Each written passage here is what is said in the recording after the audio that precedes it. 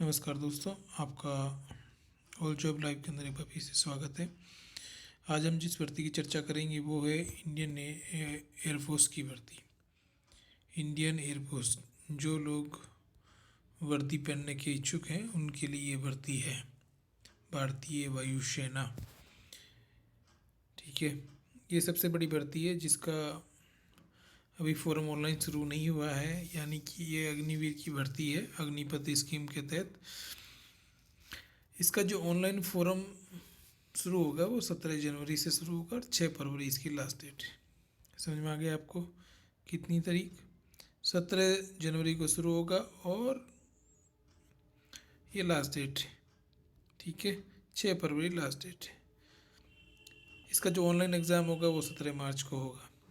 ठीक है, इसके अंदर क्या क्या है इसके बारे में फुल से हम चर्चा करेंगे। इसमें क्या आपके डाउट्स है, क्या सिलेबस रहेगा, इसके लिए क्या योग्यता होनी चाहिए, क्या एज होनी चाहिए, कहाँ से आपको ऑनलाइन फॉर्म भरना है, और क्या ये परमानेंट है या परमानेंट होंगे या नहीं होंगे, इस सब के बारे में हम चर्चा करेंगे।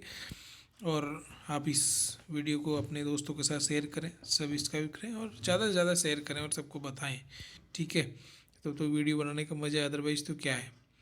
ठीक है, और इसमें हम आगे की बात करते हैं, वीडियो में आगे बढ़ते हैं। तो इसकी जो ऑनलाइन एप्लीकेशंस करने की जो वेबसाइट है वो हमारे टेलीग्राम चैनल के अंदर दे दिया जाएगा लिंक, जहाँ से आप क्लिक करके इस फॉर्म का आवेदन कर सकते हैं। ठीक है, तो इसका डाउट आपको क्लियर हो गया। और वैसे ऑफिशियल वेबसाइट जो है ये है। ठीक है, यहाँ से आप जाकर आवेदन कर सकते हैं। ठीक है, इसका आवेदन जो है आपको मैं पहले ही बता चुका हूँ, 17 जनवरी से शुरू होगा 11 बजे से और 6 फरवरी को रात की 11 बजे बंद हो जाएगा। ठीक है, अब आप बोल रहे होंगे सर इसकी क्वालिफ़िकेशन क्या है। क्वालिफ़िकेशन के बारे में बात करते हैं उससे पहले मैं आपको एज के बारे में बता देता हूँ। जिसकी भी डेट ऑफ बर्थ 2 जनवरी 2004 से लेकर 2 जुलाई 2007 के बीच में है वही आवेदन कर सकता है। अब आप देख लीजिए आपकी डेट ऑफ बर्थ क्या है, क्या आपकी डेट ऑफ बर्थ इसके अंदर है, या आपको लगता है कि सर मेरे को मेरी एज के बारे में समझ में नहीं आ रहा है, तो आप कमेंट्स करिए, मैं आपको बताऊंगा कि आप फॉर्म भरने के लिए एलिजिबल हैं या नहीं है। ठीक है, तो ये हो गया डाउट क्लियर। उसके बाद अच्छा, ये लड़का और लड़की, बॉयज़ एंड गर्ल्स दोनों फॉर्म भर सकते हैं। ठीक है, ये दोनों के लिए हैं। ठीक है, उसके बाद अच्छा, शादीशुदा नहीं होना चाहिए, चाहे लड़का हो चाहे लड़की हो। शादीशुदा है तो वो योग्य नहीं है। ठीक है, शादीशुदा नहीं होना चाहिए। ठीक है, अब हम बात करते हैं, उसके बाद हमारे पास आता है एजुकेशन क्वालिफिकेशंस की। ठीक है, ये देखो एजुकेशन क्वालिफिकेशन के अंदर क्या क्या होना चाहिए आपका।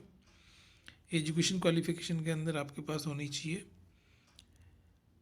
आप 10+2 होने चाहिए विद मैथमेटिक्स फिजिक्स के साथ। ठीक है, और 50% मिनिमम होने चाहिए, और आपके 12th के अंदर अंग्रेजी के अंदर 50 मार्क्स होने बहुत ज़रूरी है। अब कुछ लोगों के 50% तो है लेकिन इंग्लिश में 50% नहीं है, तो वो फॉर्म भरने के लिए एलिजिबल नहीं है, योग्य नहीं है। समझ गए आप लोग?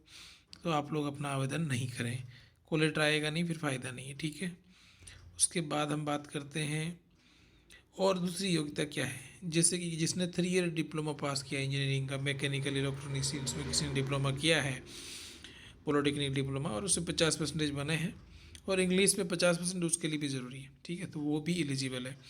उसके बाद जो भी जिन्होंने 2 ईयर्स का ITI किया हो वो भी एलिजिबल है, उसके लिए भी 50%, इंग्लिश में 50% होना बहुत ज़रूरी है, नहीं तो वो नहीं कर पाएगा। ठीक है, अब next, other than science subject के अलावा भी, और वो साइंस वालों के लिए बात हो रही थी, अब अदर देन साइंस सब्जेक्ट के भी लोग फॉर्म भर सकते हैं जो ये सब्जेक्ट पास किया हो, और नॉर्मल पास किया, और मिनिमम 50% होने चाहिए एग्रीगेट, और अंग्रेजी में 50% मार्क्स होना बहुत ज़रूरी है। ठीक है, ये कौन कौन, साइंस वाले भी फॉर्म भर सकते हैं और आर्ट्स वाले भी फॉर्म भर सकते हैं। ठीक है, दोनों लोग फॉर्म भर सकते हैं, प्लस पॉलिटेक्निकल वाले भी फॉर्म भर सकते हैं, ITI वाले भी फॉर्म भर सकते हैं। तो आप इतने सारे लोग, सभी लोग फॉर्म भर सकते हैं, मैक्सिमम लोग फॉर्म भर सकते हैं। आपको सिर्फ अपना एज का देखना है। ठीक है, आपका एज का मैंने पहले ही बता दिया, जिन जिन की एज किस किस क्राइटेरिया के अंदर पढ़ती हो, ये देखो 2 जनवरी 2004 से लेकर 2 जुलाई 2007 के बीच में आता है, वो सभी लोग आवेदन करें, आवेदन जरूर करें, एग्ज़ाम दें। एग्ज़ाम के बाद आप अपना देखें, आप रिजल्ट निकालें, पास हों, उसके बाद देखना है कि आपको भाई इसमें जाना है या नहीं जाना। बिना एग्ज़ाम दिए, बिना पास ही आप ये बोल दोगे कि मुझे भर्ती नहीं होना है या आप योग्य हैं या नहीं है, तो इसलिए आपको एग्ज़ाम देना बहुत ज़रूरी है, ठीक है। उसके बाद हम नेक्स्ट बात की चर्चा करते हैं। इसके लिए आपकी जो हाइट वगैरह है वो यहाँ दे रखी है, ठीक है। हाइट मिनिमम जो एयरपोर्ट लगभग वो सब लोग होते ही हैं 152 जो बॉयज़ हैं उनके लिए होनी चाहिए, 147 जो गर्ल्स के लिए मैक्सिमम की हाइट फिट होगी, कोई टेंशन लेने की ज़रूरत नहीं है आप लोगों को, ठीक है। उसके बाद हम बात करते हैं, ये सब हो गया।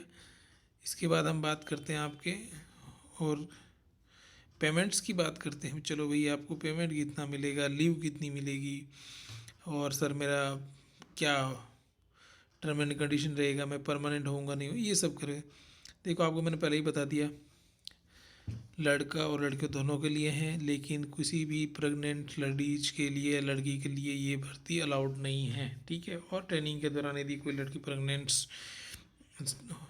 होती है या शादी कर लेती तो वो लोग भी बाहर निकाला जाता। तो बेसिकली कहने का मतलब यही है कि भाई शादी आप ट्रेनिंग के दौरान नहीं कर सकते, इस पीरियड के दौरान आप जैसे ही परमानेंट हो जाते हैं 4 साल के बाद तब कर सकते हैं, ठीक है।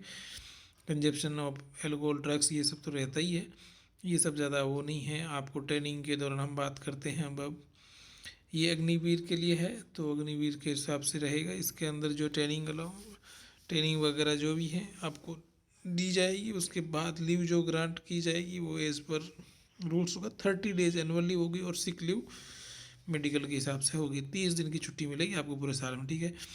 आप जब तक सर्विस में रहेंगे तब तक आपको CSD कैंटीन की सुविधाएं मिलेगी, लेकिन आफ्टर 4 ईयर्स आपको नहीं मिलेगी। ये चीज़ें तो है इसमें लिखी हुई।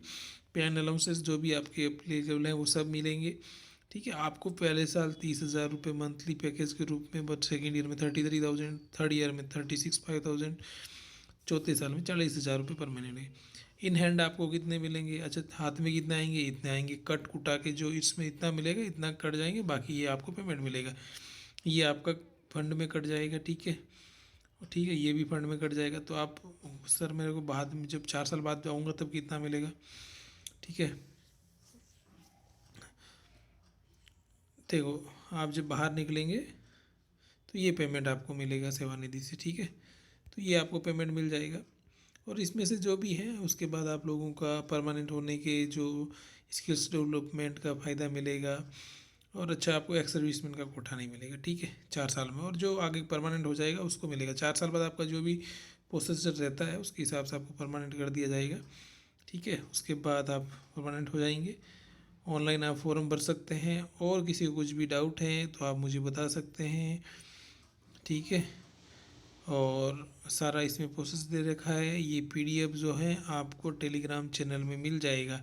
आपको किसी भी प्रकार का कोई डाउट है तो आप मेरे से पूछ सकते हैं। अच्छा फिजिकल में क्या क्या होगा सर, ये कहीं लड़कों का सवाल रहता है। अच्छा तो मैं आपको बता दूं फिजिकल में क्या है। ये देखो फिजिकल में क्या क्या होगा। फिजिकल में क्या होगा, आपकी रनिंग होगी 1.6 किलोमीटर की। उसके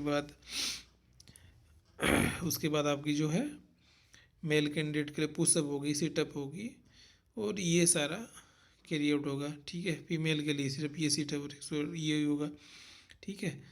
इतना ही, ज़्यादा फिजिकल टफ नहीं होता है, नॉर्मल फिजिकल होता है। तो आराम से आप लोग जो भी हैं वो कर सकते हैं, कोई दिक्कत नहीं है। नॉर्मल मेडिकल होगा आपका, और ठीक है आप सब लोग आवेदन करें, अधिक से अधिक आवेदन करें और अप्लाई करें। पहले बात सिलेक्शन लें, उसके बाद जाना नहीं जाना ये आपकी चॉइस, बात की चॉइस है, ठीक है। आप फॉर्म ही नहीं भरें वो एक गलत बात है, ठीक है।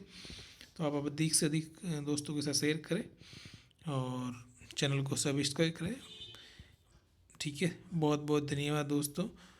इसी तरीके की वीडियो, भर्ती के संबंधित न्यूज़, कोई भी आपको संबंधित डाउट के लिए आप इस चैनल को देख सकते हैं रेगुलरली। मैं हर भर्ती आपके लिए अपडेट करता रहता हूँ। तो आपका बहुत बहुत धन्यवाद।